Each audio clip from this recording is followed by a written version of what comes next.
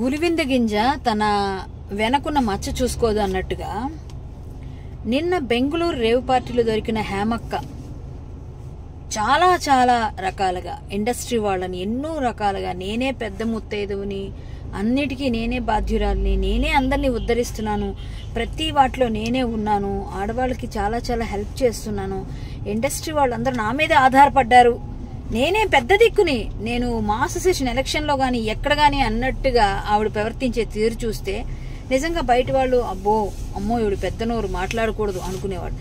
ఎవరిని వదలకుండా పిచ్చి పిచ్చిగా అందరినీ ఏదో విధంగా గొడవలు చేస్తున్న ఆమె చేసినవన్నీ మనం చూసాం.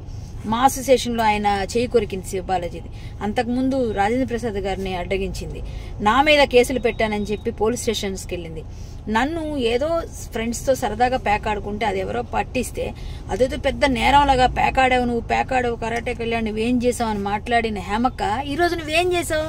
ఒక రేవ్ పార్టీలో డ్రగ్స్తో పాటు దొరికావు. నువ్వు ఈ శాంపిల్స్ వచ్చిన తర్వాత బెంగళూరు పోలీసులు నీకు ఖచ్చితంగా నీకేంటన్నది పనిష్మెంట్ ఇస్తారు. ఇక్కడైతే ఎలాగూ ఇంకా చాలా పనిష్మెంట్స్ తీసుకోవడానికి సిద్ధంగా ఉండు. ఎందుకంటే ఒక మనిషికి ఒక మాట అనే ముందు కర్మ రిటర్న్స్ అంటారు. ఎప్పుడైనా మనం చేసిందే మనకు తిరిగి వస్తుందని. కాబట్టి ఇక ముందైనా జాగ్రత్తగా నడుచుకో.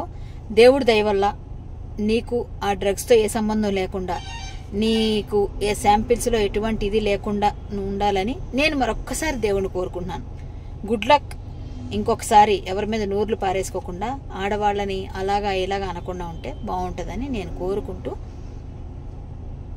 హేమకు అర్థమైంది ఇప్పటికైనా?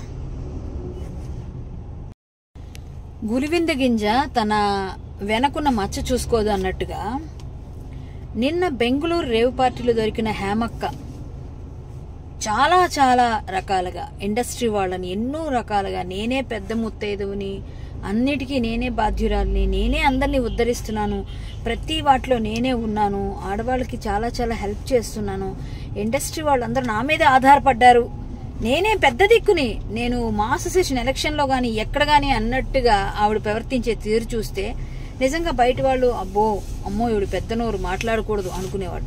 ఎవరిని వదలకుండా పిచ్చి పిచ్చిగా అందరినీ ఏదో విధంగా గొడవలు చేస్తున్న ఆమె చేసినవన్నీ మనం చూసాం.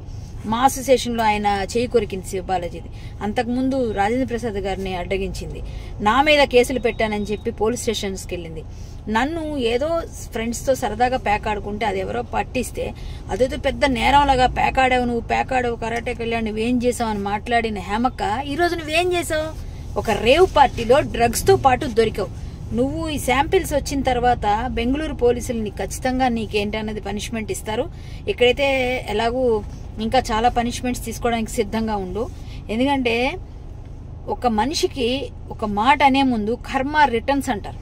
ఎప్పుడైనా మనం చేసిందే మనకు తిరిగి వస్తుందని. కాబట్టి ఇక ముందైనా జాగ్రత్తగా నడుచుకో. దేవుడి దయ వల్ల నీకు ఆ డ్రగ్స్తో ఏ సంబంధం లేకుండా, నీకు ఏ శాంపిల్స్లో ఎటువంటి ఇది లేకుండా నువ్వు ఉండాలని నేను మరొక్కసారి దేవుడిని కోరుకుంటున్నాను. Good luck.